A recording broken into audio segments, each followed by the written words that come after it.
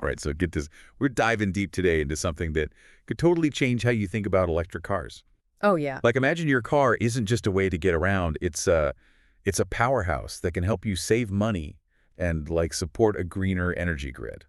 It's a pretty cool I idea. know, right? It sounds intriguing. Yeah, we're talking about vehicle-to-grid technology, or V2G for short. V2G sounds like it has something to do with the power grid. Exactly. Right. With V2G, your electric car's battery can actually send power back to the electric grid, not just take it in for charging. Okay. It's like turning your car into a mobile power plant, some people call it.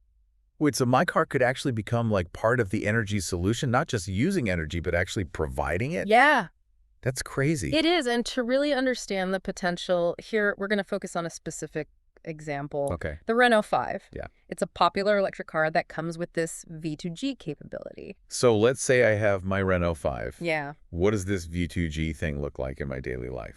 Imagine this. You come home from work, plug in your Renault 5, and it starts charging, just like you'd expect.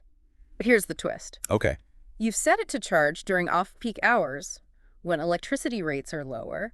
Then later in the evening, when everyone's firing up their appliances and energy demand is high, Yeah. your car can actually send some of its stored power back to the grid. Hold on, I'm already confused. Yeah. Why would I want my car to give back the power I just paid to put into it? Here's where it gets really interesting. Okay. Remember those off-peak hours I mentioned? Electricity is often much cheaper than, let's say, it's 5 pence per kilowatt hour at night. Okay. But during peak hours, that price can jump way up, maybe to 20 pence per kilowatt hour. So I'm charging my car when it's cheap. Right, and then when demand and prices are high, you can sell some of that power back to the grid at that higher rate. It's like buying low and selling high, but with electricity. So in a way, my car is becoming a little energy investment. Exactly. That's a side hustle I can get behind. Yeah, let's break down some numbers from our source material to see just how much you could potentially save. Okay. They use the example of a Renault 5 owner with a 60 kilowatt hour battery, pretty standard size. Now, a typical household uses roughly 20 kilowatt hours of electricity per day. Okay, I'm following you so far. So you charge your Renault 5 overnight at that cheaper rate of 5 pence per kilowatt hour, costing you about £3 to fully charge the 60 kilowatt hour battery. Then during peak hours, you sell back 20 kilowatt hours at 20 pence per kilowatt hour. That's £4 right there. Wait, so I'm already up £1, and that's before we even factor in the savings from not having to buy as much expensive peak hour electricity for my house. You got it by using your stored energy to power your home during those peak times. You save another £4. That brings your total daily savings to £5. £5 a day, that adds up fast. This document even mentions like potential annual savings of £1,825 plus an extra €780 from something called bidirectional charging. But I have to ask, is this just about me saving money, or is there like a bigger picture here? That's where V2G gets really exciting. It's not just about personal gain. It's about contributing to a more sustainable energy future.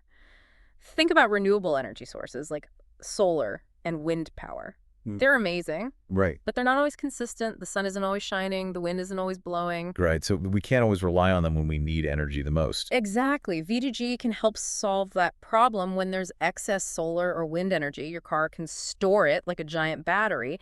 Then when those renewable sources aren't producing enough, your car can release that energy back into the grid. It helps smooth out the inconsistencies and creates a more stable and reliable power supply. So it's like my car is acting as a buffer for renewable energy. Yeah, That's pretty awesome. Does this mean that V2G is actually helping fight climate change? absolutely. By enabling a greater integration of renewable energy sources, V2G contributes to the decarbonization of our energy systems. It helps us move away from fossil fuels and towards a cleaner, more sustainable future. Okay, I'm loving this V2G thing more and more, Yeah. but I have to be practical here. Are there other cars besides the Renault 5 that can do this? You're in luck. Quite a few models on the market already support V2G. The Nissan Leaf, for instance, was one of the first. Then there's the Nissan ENV200, a great option for commercial use, and we're seeing more and more car makers jumping on board. Like who? Give me some names. Well, there's the Fiat 500e. Volkswagen has several models in their ID series, like the ID.3, ID.4, ID.5, and even the ID Buzz, their electric van. Wow, even electric vans are getting in on the action. That's impressive. Any others? You bet we can't forget about the Skoda Enyaq, the Volvo EX90, the Polestar 3, and the Cupra Born. It's becoming more mainstream. So it seems like there's a V2G compatible option out there for just about everyone. But I have to ask, are there any downsides or challenges to this technology? Is it all sunshine and roses? It's a good question to ask. V2G is still a relatively new technology. Wider adoption depends on a few things. First, we need a more robust infrastructure. We need more charging stations equipped to handle the two-way flow of electricity required for V2G. So it's a bit of a chicken and egg situation. Yeah. We need more cars to justify the infrastructure, Yeah. but we need the infrastructure for people to feel confident about buying these cars. Exactly. But the momentum is building. More car manufacturers are adding V2G to their models. And as awareness grows and the technology improves, we can expect the infrastructure to catch up. Okay, that makes sense. Anything else I should be aware of? The other big thing is government policies and regulations. We need supportive policies to encourage investment and remove any barriers to adoption.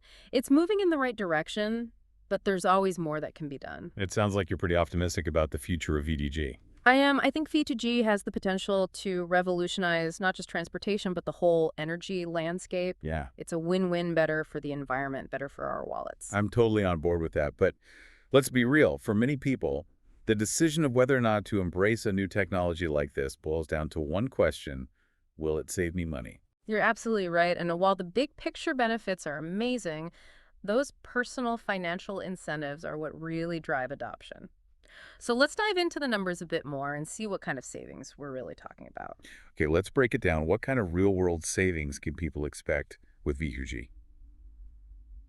Okay, so let's talk numbers. In the source material, we saw that someone with a Renault 5 could save up to £5 a day. Is that realistic? Well, it's important to remember that that £5 figure is based on a pretty ideal scenario. Okay. It assumes you're consistently able to charge during those super cheap off-peak hours and then sell back a good chunk of that power during the expensive peak hours. Right. That might not be feasible for everyone, Yeah. especially if you have an unpredictable schedule or limited access to charging. So your mileage may vary, right? Exactly. And then there's the whole issue of electricity tariffs. Okay. The source mentions a peak price of 20 pence per kilowatt hour, but that's going to vary depending on where you live and who your energy provider is. Plus, you have to factor in things like grid connection fees and potential losses during the charging and discharging process. Oh, okay, so it's not quite as simple as plugging in and watching a money roll in. Yeah. But even if the savings aren't quite as dramatic as that initial estimate, it still sounds like there's a real opportunity to save money with V2G, right? Absolutely. Even if you only shave a pound or two off your daily energy bill, that adds up over time. And the beauty of V2G is that it's not just about saving money, it's about optimizing your energy usage and becoming a more active participant in the energy ecosystem. You're essentially turning your car into a flexible energy storage unit that can help balance the grid and support the transition to renewable energy sources. It's like we're moving beyond just being consumers of energy and becoming, what, prosumers? Is that a word? It is. Now, I like that prosumers, Okay. we're not just passively consuming energy anymore, we're actively producing and managing it too, and that's a powerful shift. So what you're saying is, with V2G, we're not just saving money, we're actually becoming part of a bigger solution. We're helping create a more sustainable, resilient energy grid, and we're supporting the growth of clean energy sources. That's pretty compelling, even if the financial benefits aren't a guaranteed home run every time. Exactly. And who knows, maybe as the technology matures and becomes more widespread, those financial benefits will become even more attractive. It's definitely something to keep an eye on. This has been a fascinating deep dive into the world of vehicle-to-grid technology. Yes. We've learned how it works, explored the potential benefits, and tackled some of the challenges and considerations. It's clear that V2G is a game changer, and it's definitely a technology worth keeping on your radar. Couldn't agree more. It's an exciting time to be a part of this energy revolution. So if you're thinking about making the switch to an electric vehicle, V2G compatibility might be something to add to your must-have list. It's a feature that can not only save you money, but also make you a part of a cleaner, more sustainable energy future. Thanks for joining us on this deep dive. Be sure to subscribe for more explorations of fascinating topics that are shaping the world around us.